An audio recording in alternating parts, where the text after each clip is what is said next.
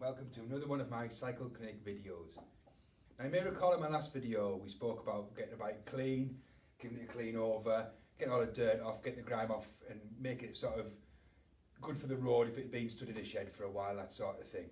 So what I want to talk about today is a little bit about general maintenance, about lubricating. Now a lot of people know that they've got to oil the chain, and that's a kind of an obvious. It's in the weather, it gets a lot of salt, road grime, water, that sort of thing. But there is such a thing as over oiling a chain, and I kind of alluded to that in my last video that we did about cleaning the chain first. So I just want to point out a few products that I regularly use to maintain my bike, and just go through a few lubrication points on the bikes. So I mentioned about cleaning the chain, and this is a clutch and brake cleaner, and it's a solvent that removes oil. And I mentioned in the last video about sort of getting a cloth, soaking the cloth in it, putting it on the chain and just sort of backpedaling the chain and getting all the oil, thick oil off there, and that sort of prevents some over oiling. A lot of people will use like a cycle oil, like a 3-in-1 type oil, which is fine for a chain if you clean it off regularly, because if you don't, the road grime and things stick to it. So I tend not to use a 3-in-1 oil for a chain, and I tend to stick to a GT85 Teflon lubricant. I put that on, and every sort of few weeks I use my brake cleaner, I clean the chain off, give it a good clean, and then I reapply just by backpedaling and just sort of spraying it on like this. And while I'm there, I'll do a little bit in the jockey wheels as well, just to keep them moving free. And obviously the pivot points of the derailleur, both front and rear, you can see where there's a little pin. And if you're unsure, just move the derailleur slightly, you can see where it sort of pivots. So you can see on this one's pivoting the top and the bottom here. So I would just put a bit of lubricant on there and dab the excess off with a cloth. It just makes sure, it just keeps everything moving nice and free.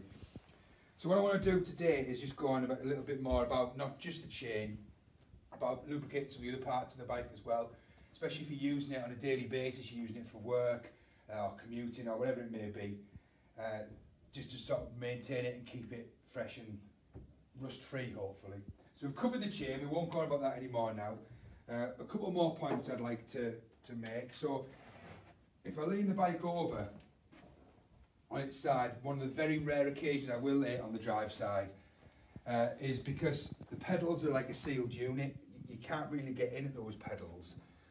So what I tend to do is get my 3-in-1 and just down the back of the pedal here, not where it actually fastens on, but down the back of the pedal there, I tend to just drop a little bit of oil in there, the 3-in-1, because it's thicker oil, it stays in there a bit longer than the 85, and then you can sort of just give that a spin.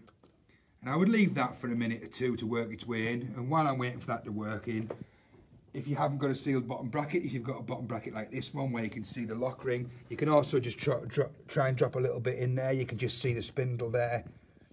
So just drop a little bit of oil in there, probably a little bit more than I've put on there to be honest, but again this is just for demonstration purposes. I'd let that work its way in, same as I've done with the pedal. Then turn it over. And we can do the same again with the 3-in-1. I say the 3-in-1 does have its uses, and pedals is a good one as well. Another reason for not putting too much in, certainly not putting 85 in, a GT85, is because there will be grease in there from when they were manufactured, and if you put too much oil in, what you do is actually thin the grease out.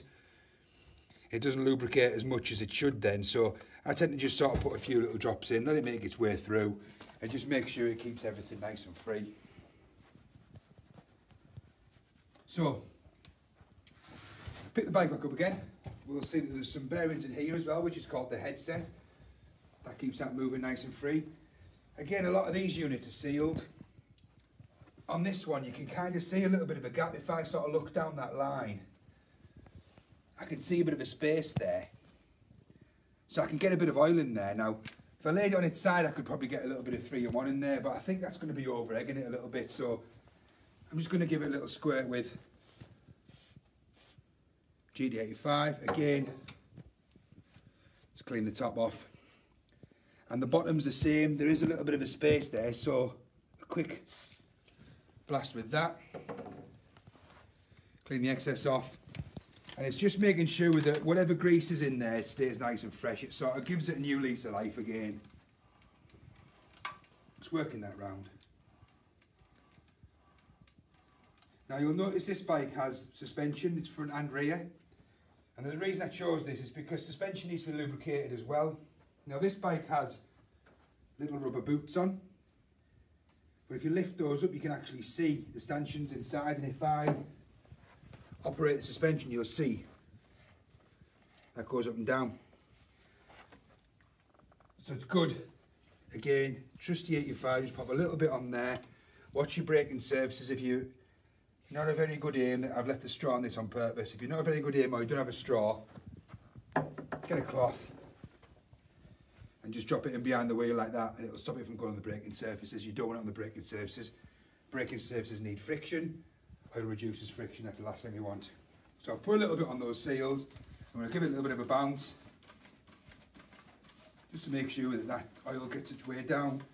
And it'll actually clean the seals up as well. So if you do get any sort of dirt, because this has got boots on, those seals have quite an easy life really. So again, I'm just going to rub the dirt off before I click the boots back down again. If it doesn't have boots on, sometimes when you put the oil on, you bounce it a couple of times, you'll see a little ring of dirt, and that's good to get that off. It's giving the seals a bit of a break really. The oil's cleaning the seals up and it's getting the dirt off, so you can clean that off. Now the rear is exactly the same.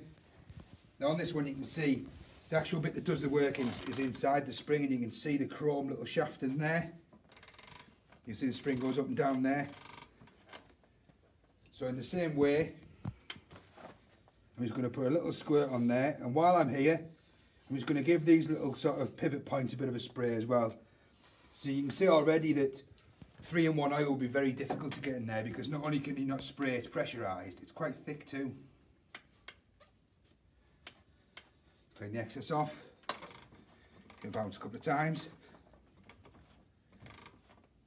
and we're good to go. Gear shifters, brake levers, they're always handy to give a bit of a spray to if you can get in there. Is there anywhere on these? So these ones, there's a little access panel there where you would put the cable, which is an ideal place to put a little bit of lubricant in there. You try to lubricate anything that moves really, and this is all preventative. It's not a service, it's just preventative maintenance. And that'll do quite nicely with that one. So you can see where we're going. If you've got sort of bare cables like this one has here, again, take your little trusty cloth, and gravity will make water run down there. So why not just give it a little bit of a squirt there? And the same for the other two cables that are on this side. That's just going to run down there. You can imagine if there was water in there, it would sit there, wouldn't it? It would sit at the low point. So what we're going to do is just try and displace a bit of that water by putting a little bit of oil in and just helping it along its way. One other area that gets often overlooked, and it's usually when you buy a bike second hand you find out that it has been overlooked, is the seat. The seat doesn't move. Why do we need to lubricate it?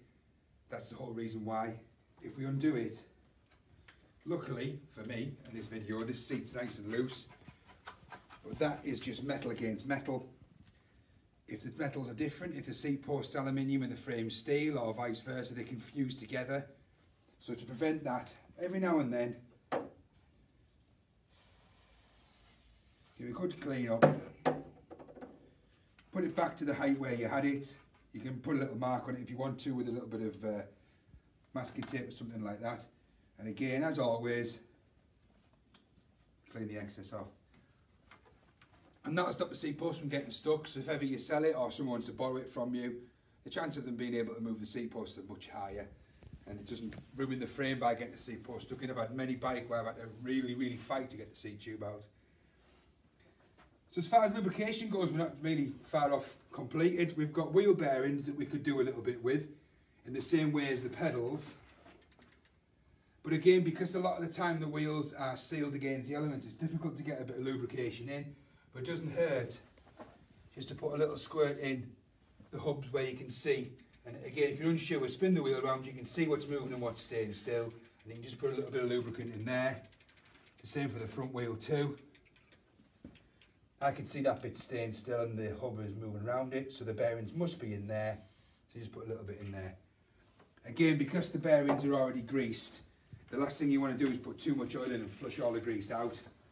So it's just applying it sparingly really, just to make sure that it thins the grease out a little bit, and if it has dried up a little bit over the years, it'll just start giving those lubrication properties back again. Same as I did earlier. That's good. Now because this is a full suspension bike, there is, if I turn the bike around so the camera can see, there is a little suspension pivot point here that separates this part of the frame from this part of the frame. As you can see, it does sort of move independently. So again, we're just going to put a little bit of oil in there. A bit of it will make its way in, a lot of it will run down the frame, but that's not too much of a problem. Again, it's preventative maintenance, it's not a service. If this were a service, all these parts that we've been lubricating, we would be taking them apart completely and re-greasing them, cleaning them up. This is preventative. This is something you can do regularly, just to give your bike a new lease of life and make it last a little bit longer. So I think I'm happy with that. The only other thing I would maybe suggest to do, but again you've got to be really careful because it's braking service. If you've got V-brakes like this, you can put a little bit, the camera can see there, the brake moves, this bit moves, that bit stays still. So again, you can put a little bit on the brake, what's called a brake boss, which is behind there. And the reason I put the cloth behind there is, as I alluded to earlier, we don't want to be getting oil on our braking surfaces. And it's just making sure that gets in, doesn't go on our brakes. I'd do the same on the other side as well. Again, once we've done that, we can give it our regular M check, which if you don't know how to do, you can have a look at my previous videos, check that out, and you can just check that the bike was safe to use as well. So I hope that was of use. Again, it was just a little bit about preventative maintenance rather than servicing. Don't forget your bike needs to be serviced, and it's really according to how often you use it and the sort of conditions that you use it in.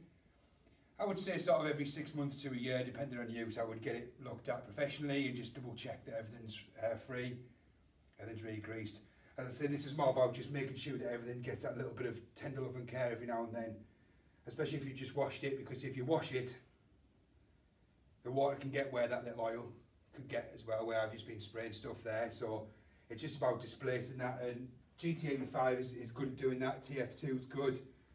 Wilkinsons do their own version, I'm sure Boys probably do a version. There's lots of versions of PTFE, sort of Teflon lubricants, and that's what we're looking for. And it just leaves that little bit of Teflon behind just to keep things moving freely. So as I say, I hope that was of use to you. Check out my other videos if you're interested in doing some other sort of work and maintenance of bikes.